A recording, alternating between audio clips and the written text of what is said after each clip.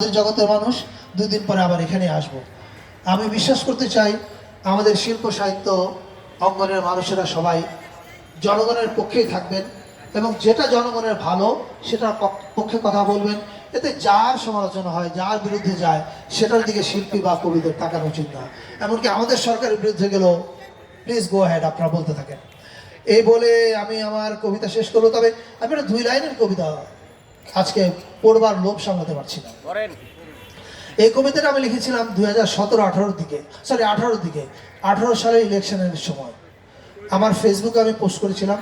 পরে একদিন একটা অর্থনীতিবিদ দেবপ্রিয় ভট্টাচার্য, ওনার বাসায় একটা দাওয়াত ছিল, সেই দাওয়াতে আমি ঘরোয়া আড্ডায় বলেছিলাম। এরপরে আমি আমার 840 নামে একটা সিরিজ বেরোয়েছে, ফিল্ম, এখন সিরিজ হিসাবে বেরোবে, ওখানে ওই কবিতাটা ব্যবহার করেছি।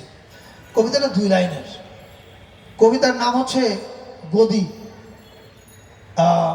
2018 ইলেকশনে এসে আমি বুঝলাম যে গদি আঁকড়ে থাকলে এমন অবস্থা হয় যে, আচ্ছা আমি শানে নজরুলটা আগে না বলি, আগে কবিতাটা বলি। কবিতাটা হচ্ছে সহিস ঘোড়ায়, কবিতার নাম গদি, আর কবিতা হচ্ছে সহিস ঘোড়ায় চড়া শেখালে যদি নামা কেন শেখালে না। গত ফ্যাসিস্ট সরকারকে দেখে আমার মনে হয়েছে ওরা ওদের নামার রাস্তা সব এমনভাবে বন্ধ করেছে আর খুঁজে পাচ্ছে না কোন দিক দিয়ে নাম। And that is a problem. আপনি যখন জনগণের ভোট অথবা ভোট ছাড়া যেভাবে আসেন ক্ষমতায়, আপনার নামার রাস্তা যদি আপনি খোলা রাখতে না পারেন এবং আপনি যদি এমন অপকর্ম করে ফেলেন যে আপনি ভয় পেতে থাকেন নামলে মানুষ আপনাকে শেষ করে ফেলবে, তাহলে বুঝতে হবে আপনি রাজনীতি ভুল করেছেন।